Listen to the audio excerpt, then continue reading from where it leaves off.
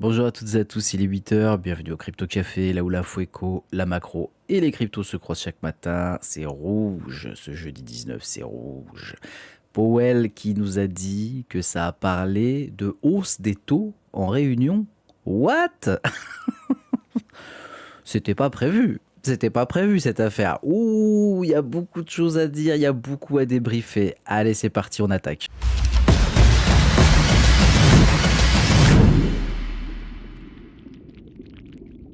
Allez, comme d'habitude, on commence avec le Crypto Fear and Greed Index qui est à 33 ce matin. On repasse dans la peur. Bon, bah c'est normal, hein. Avec ce qui a été dit. Ça picote très très fortement. Allez, on est à 33 où on ne devrait pas aller trop bas, j'espère. En tout cas, pour le moment, il y a pas mal de news qui doivent encore tomber. Là, on a plus de pas bon du tout que de bien. Et surtout, ça commence à se projeter sur un peu plus long. Hein, donc, va falloir surveiller très clairement ce qui va se dire. Côté des ETF hier, eh ben, écoutez, on a eu de la sortie. C'est pas énorme, encore une fois, mais c'est comme les entrées. Il n'y a pas énormément de choses. On est à 185 millions de sorties. La Bitcoin dominance qui continue de tomber. On est à 58,2%. Ethereum qui perd légèrement à 10,9%. Et les autres à 30,9%. À noter, et ce qui est très intéressant à noter également, c'est la dominance de l'USDT qui, elle, monte. Elle monte. Et elle a l'air de pas avoir fini de monter. Je dis ça comme ça. Vous le prenez comme vous voulez, il n'y a pas de souci. Allez, on attaque le prix des cryptos. Ce matin, on a un Bitcoin donc, qui est sous les 71 000 dollars. On a 70 860. On a perdu 4,35%. Ethereum qui a repassé sous les 2200 à 2190. On perd 5,71%. Bah écoutez, il n'y a rien d'étonnant avec tout ce qu'on a pu entendre hier. Et en même temps, on avait un petit gap à aller chercher. C'est fait. On ira voir le graphique à la fin de cette matinale. Le BNB qui est à 650 dollars qui perd 3,5%. On a le Dodge qui perd 6%. Rien de méchant, rien de fou furieux. Cardano qui repasse sous les 90 dollars, c'est pareil, ça me choque pas. Hyper liquide qui s'en tape très clairement, il perd à peine 0,20%, il est toujours au-dessus de 40 dollars. La baisse, il s'en fout, il en a rien à secouer et c'est très très bien pour nous. Très clairement. Allez, Chainlink qui est à 9,17$ qui perd 6,5%. Ouais, là on ressent. Là on sent que les alts ils ont un peu plus pris cher. C'est incroyable. XMR qui pousse à la baisse, hein, à 6,32%. On est à 345 dollars. Avax, pareil, 6,5%. ZEC qui perd 11,5%. Le coquin, bon, il avait bien perf aussi. Allez, on va pas lui en vouloir. On est toujours à quasiment 20% d'augmentation sur 7 jours. Donc, il n'y a rien de méchant. Tao, bah, forcément, Tao qui avait pris pareil, quasiment 30% cette semaine. Eh ben, écoutez, il perd 6,5%. Alors, 6,5%, ça a l'air d'être la norme aujourd'hui, hein. Très clairement, c'est pas mal cette affaire. Uni qui perd 8,5%. Allez, c'est pareil, on y va, on attaque. On est bien, on est bien.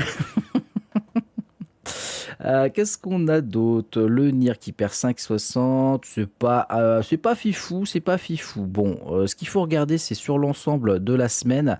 C'est pas trop rouge. On a quelques-unes, hein, bien évidemment, qui sont un petit peu plus rouges que les autres, mais rien de gravissime à mon sens. Pour le moment, je répète bien, hein, parce que bon, là, avec ce qui nous a été dit hier, je suis pas serein. Très clairement, je suis pas serein. Allez, on va en parler dans quelques minutes de toute façon. Côté du calendrier économique, aujourd'hui, on aura l'indice manufacturier de la fête de Philly qui est attendu en baisse. On verra. Je ne serais pas étonné que ce soit vraiment le cas. Les inscriptions hebdo au chômage qui sont prévues avec une légère hausse. Alors là, faut espérer qu'on va pas se taper une grosse hausse, très clairement, parce que sinon, ça pue. Ça pue. Déjà, ce qu'on a eu hier, c'était pas tip top. Bon, vote de logement neuf à 15 heures, honnêtement, je m'en fous un peu. Je peux pas vous mentir, c'est pas ça que je vais regarder actuellement, même si le marché de l'immobilier, il faut pas le sous-estimer non plus. Là, on va surtout regarder les inscriptions hebdo et l'indice manufacturier de la fête de Philly. Les résultats d'hier, donc les PPI qui sont en augmentation. Donc ça signifie quoi?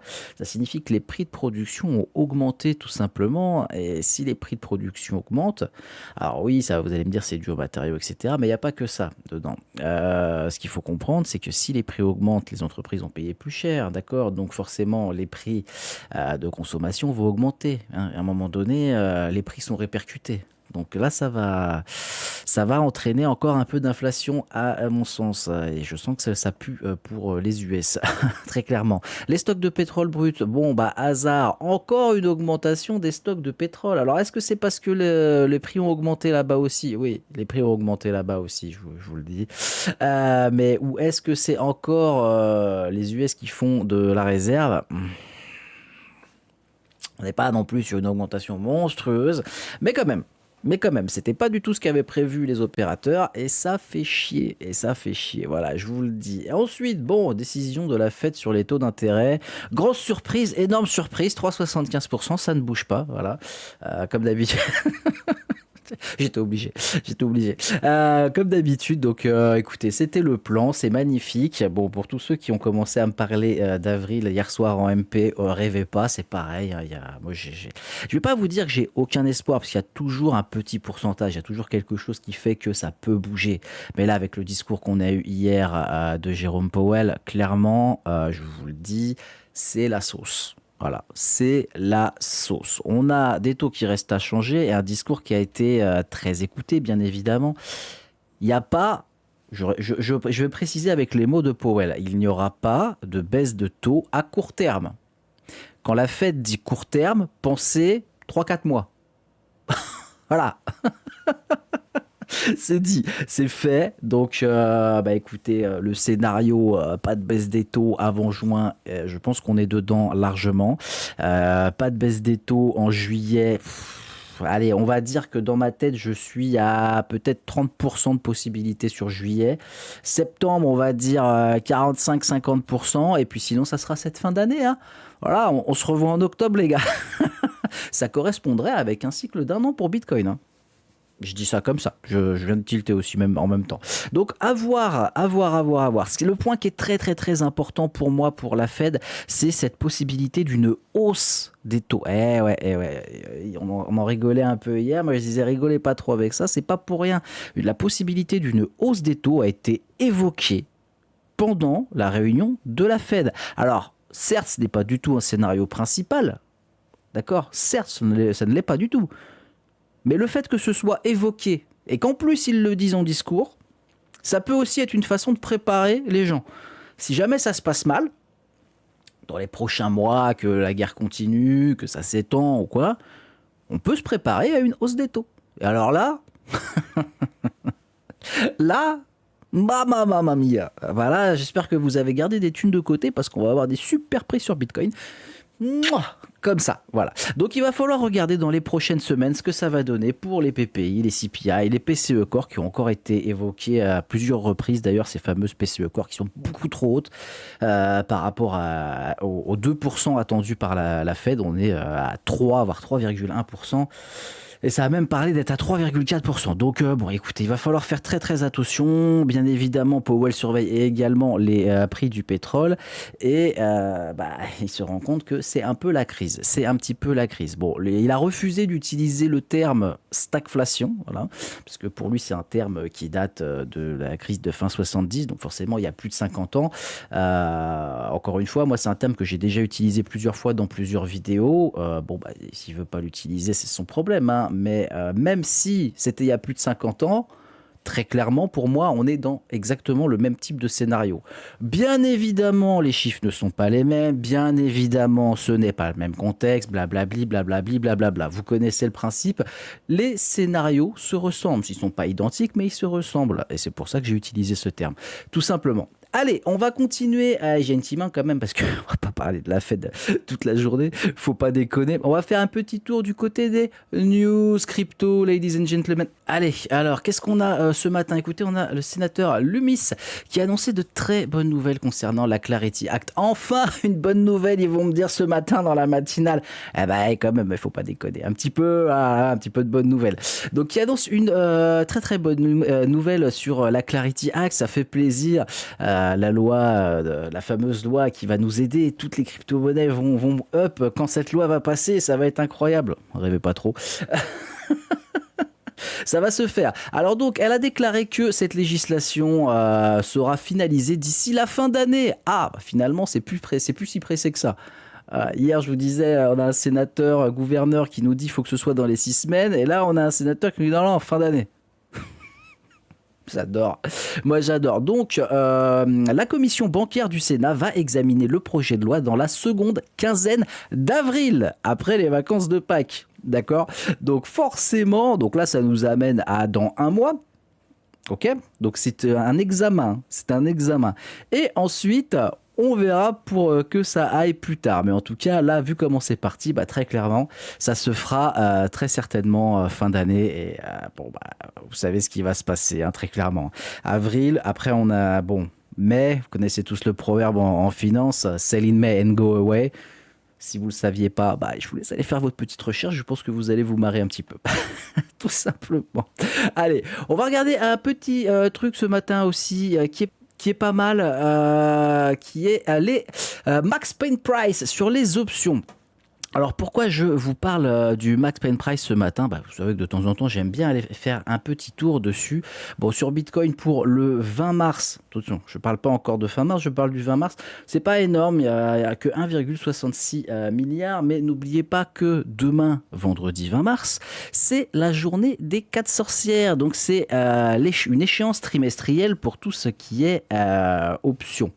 En gros, pour faire simple, vous avez tous les produits dérivés qui vont expirer simultanément demain.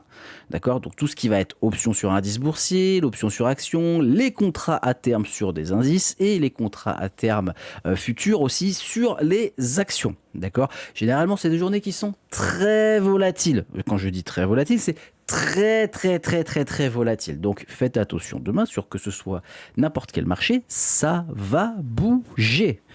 Et le petit côté fun, allez, bah oui, parce qu'il faut quand même que je glisse un peu de fun là-dedans, parce que là, on me dit, putain, cuir, c'est quoi cette matinale, le mec, on va aller à zéro. Non, détendez-vous, ça va bien se passer. C'est la nouvelle lune, c'est la nouvelle lune. Nouvelle lune égale up. Pleine lune égale chute. Un petit peu de tendresse, un petit peu de rigolade de temps en temps dans tout ce merdier, c'est pas mal. Enfin bon, nous on regarde quand même notre Max Payne Price pour cette fin mars et on aura 14 milliards d'options sur Bitcoin avec un Max Payne Price à 75 000 $. Donc regardez, on a chuté un petit peu, mais le Max Payne Price est plus haut. Bon, est-ce qu'on va aller le chercher? Ça, c'est pas sûr. Mais voilà.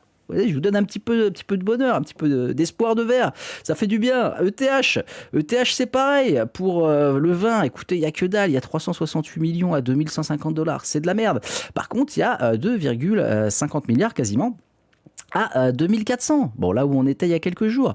Écoutez, ça fait combien tout ça 14,20 plus 2,20. Ouais, il y a bien presque 17 milliards d'expiration d'options. Avec un Max Payne Price qui est plus haut que le prix actuel. Putain, si on va le chercher, ça va faire mal. Mais après, j'y crois pas. Je n'y crois pas. On verra. Allez, on va faire un petit tour du côté des graphes pour finir cette matinale qui est un peu costaud ce matin. Je vais pas vous mentir.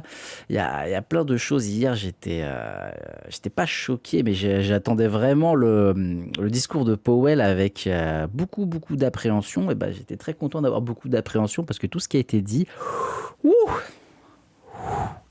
D'ailleurs, le successeur de la Fed n'est toujours pas officiel, je le rappelle. Alors là, ce matin, j'en ai lu dans tous les noms. Il y en a qui ont carrément donné des articles en parlant de Kevin Hassett. Je dis, mais attends, les mecs qui parlent du conseiller économique à la Maison-Blanche en disant ça va être le président de la Fed. Les mecs sont toujours pas fixés que Trump avait dit Kevin Warsh. Mais bon, c'est pas grave. On verra. Tant que c'est pas sur le papier, encore une fois, tant que c'est pas signé. D'ailleurs, il y a encore pas mal de paris là-dessus. Enfin bon, allez, on continue. Côté des graphiques, un petit peu quand même, allez, on en parle. Bon, hier, je vous disais, c'est cool, c'est super, c'est génial, on a un gap, on devrait pouvoir aller le chercher. J'aimerais qu'on aille encore plus bas pour chercher tout ça. En tout cas, si vous aviez pris le trade au moment de la matinale, ce que je vous disais, vous avez pris quasiment moins 5%, donc c'est cool. Ça fait plaisir, ça fait un petit short, c'est sympa. Bon, j'en ai fait un petit, et puis voilà, surtout avec la Fed, hein, c'était plus ou moins évident qu'on allait down comme ça. Maintenant, est-ce qu'on va aller chercher plus bas? Écoutez, on verra plus tard. Pour l'instant, il n'y a rien à se prendre la tête, etc. Encore une fois, pareil, cette bougie-là, je vous avais dit, je ne les aime pas du tout, ces bougies-là. Généralement, c'est signe de... Voilà, c'est fait. Écoutez, on va pas aller plus loin ce matin, ça sert à rien. On va rester zen, on va rester détendu. C'est la nouvelle lune, donc les marchés sont censés up.